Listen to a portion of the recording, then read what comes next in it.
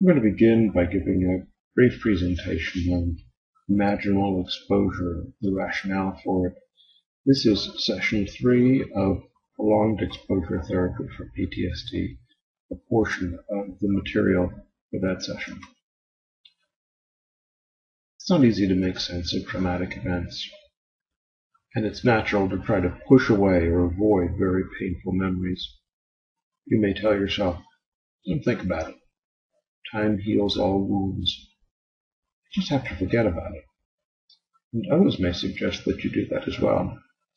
They may be uncomfortable talking about what happened, but as you've discovered, no matter how hard you try to push away the thoughts, the memories come back to haunt you with distressing thoughts, feelings, nightmares, and flashbacks. Talk a little bit about mental avoidance. This exercise may help you to see how avoidance works. For the next 10 seconds, you can think about anything that comes into your mind except one thing. Whatever you do, don't think about a pink elephant floating somewhere right across the room from you.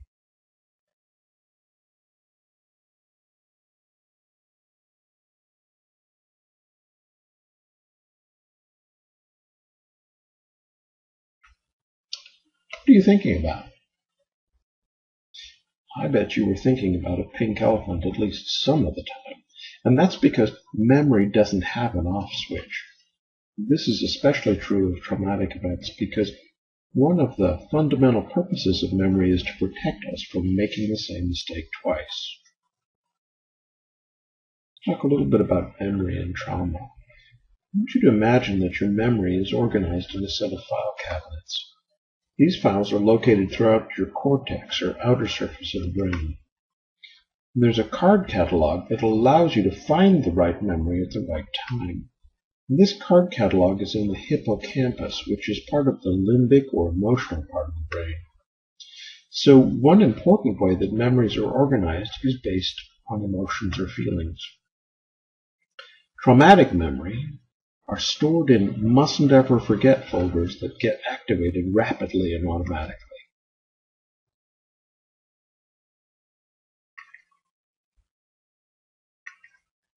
Part of the work of dealing with a traumatic memory is to take it out of the mustn't ever forget even for a moment folder and put it into an appropriate normal memory folder. This is because you're no longer in danger, so having the memory constantly triggered is not helpful. The process of storing it in normal memory folders involves taking vivid memory video clips, which is how traumatic memories are usually stored, and turning them into a story or stories, which is how normal memories are stored.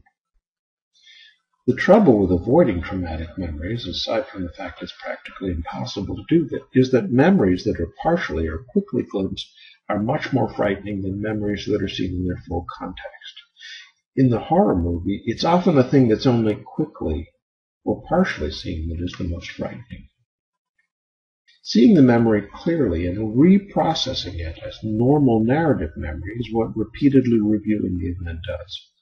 Every time you review the event in a safe environment, you see it more in a context. And that context includes the fact that you're here today, that you know how it turned out, and that now you're safe. Many folks are afraid that if they revisit the event in their memory, it's almost the same as having the event take place again. Has this ever seemed that way to you? Even though revisiting the memories evokes the same emotion as the original event, at least at first, namely fear, revisiting the memories is very different because now you're safe. Now our emotional brain thinks that everything that causes fear is dangerous. But our thinking brain, our rational brain, knows that this isn't true. And with time, our emotional brain learns that the memory is not dangerous. Another thing we know about anxiety is that you can't stay at the peak of anxiety forever. Staying in a situation or reviewing a memory that causes fear is associated with a slow, automatic process of reducing anxiety. And this is called habituation. Automatically, our brain lowers the level of anxiety the longer we stay in a situation and nothing terrible happens. We use this knowledge with imaginal exposure. We know that if you stay with the memory, your anxiety will come down, and then the memory will get stored in your brain with less of a fear tag. We also know that at first a traumatic memory may generalize to lots of situations where it's not relevant.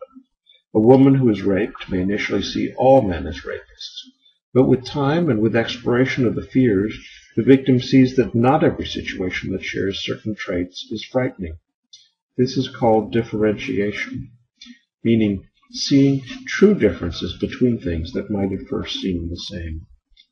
Finally, as you repeatedly review and re-experience these memories, you'll feel a sense of mastery and confidence. You've done something difficult. You'll begin to feel a sense of justifiable pride in your ability to deal with things that are frightening or overwhelming. The goal of imaginal therapy is to allow you to have thoughts about the trauma, discuss it, explore the triggers for remembering the events without experiencing the overwhelming anxiety that you have now. This part of the work involves having you confront in a safe and controlled way memories of the event, memories you'd ordinarily try to avoid. Summary.